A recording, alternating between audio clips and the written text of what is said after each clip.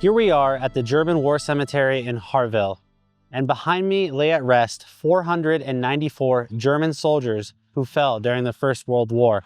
Now, this cemetery was created after the Germans took Harville in autumn of 1914, and they began to bury people here as they died in hospital or from other wounds, as it was nearby the church here behind me.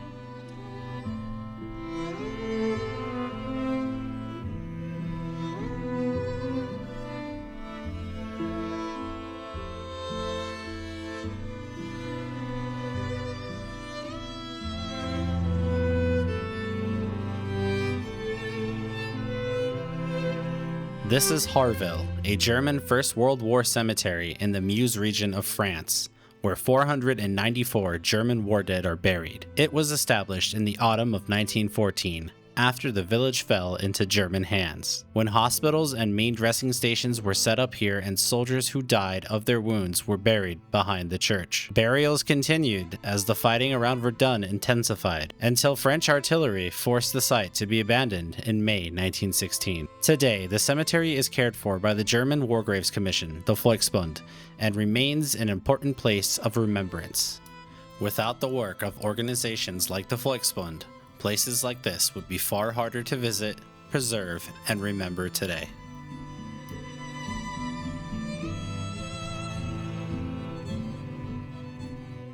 What's really interesting about this cemetery here is you have these communal graves. So communal meaning more than one person is buried here. And you have the headstones of the people here, so probably originally who were buried here. But then they added to them, and you have these red brick here that's indicating different names that would be buried along with in the communal graves. So here we have some of the names, like for example, Fritz Robert, grave number 54. Same here with Otto, grave number 58. So you would assume that the names listed here on the red brick are lying here in the communal grave. And we have several rows of this. Again, I'm not an expert on this cemetery. We just drove by and saw that it was here and decided to take a visit, and I wanted to share it with you guys. But here again, we have the red brick indicating the names with the register, I would assume. So for example, here we have Rami Paul, number 180, would be lying here in this communal grave, along with the headstone listed here. So what is very interesting here though as well, if we move down to the side here, we have several different stones that look very different from normal German war cemetery. So this is probably the older original stones here. So my friend at the Volksbund just told me that this headstone right here is one of the original headstones for the German fallen. As you can tell, the text is a little bit faded, and that's pretty unique because a lot of German war grave headstones were, later replaced with the sandstone style that we are accustomed to when you go to German war cemeteries. So it's quite unique to see a original German headstone. Yeah, as the list continues here with the stones, and then you notice here on the side we have the traditional, or what you would expect from a German cemetery, with the cross. But these are more in a red brick fashion. They don't have that dark granite feel to them. But it's the same indicator here. So you'll have the names plus the register number of the different people who are laid to rest there. And on most of those crosses there, you're having about 2 to 3 names, which is very interesting.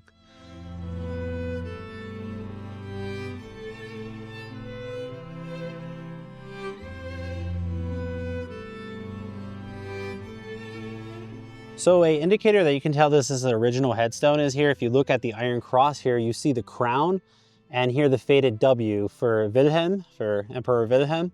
And down here you can see the inscription for the year. So yeah, this is actually quite fascinating. This is actually one of the first times I've seen an original World War I headstone. So this is actually really cool. And then as we look down the row here, we see also several other original ones. Again, we can see the depiction of the iron cross with the W in the middle, as well as here, even though it's faded and it's very hard to read, But yeah, that's fascinating. This one down here as well. I don't know if you can see it, but here you can see the W and the crown in 1914 much clearer, though the inscriptions of the individuals who lay here is a little harder to read. And then here at the very end, we have another one that's quite good to see, even though the W and the crown of the Iron Cross is faded very much more in this one here.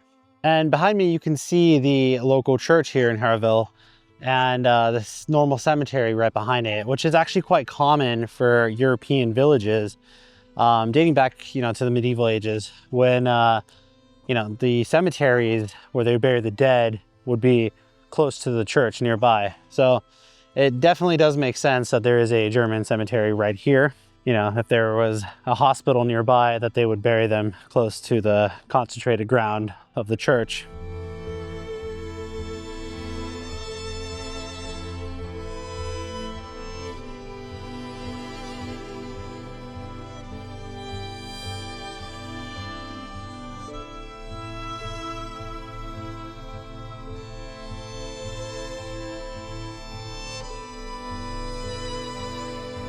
And if you're watching this channel, you're probably a little bit of a history nerd like myself. So I can't think anything more history nerdy than doing a road trip through France, looking at different German, French, British, and American war cemeteries. Interesting aspect of humanity and history, because you really see, you learn about these battles, you learn about the numbers, but we often forget about the humanitarian stories.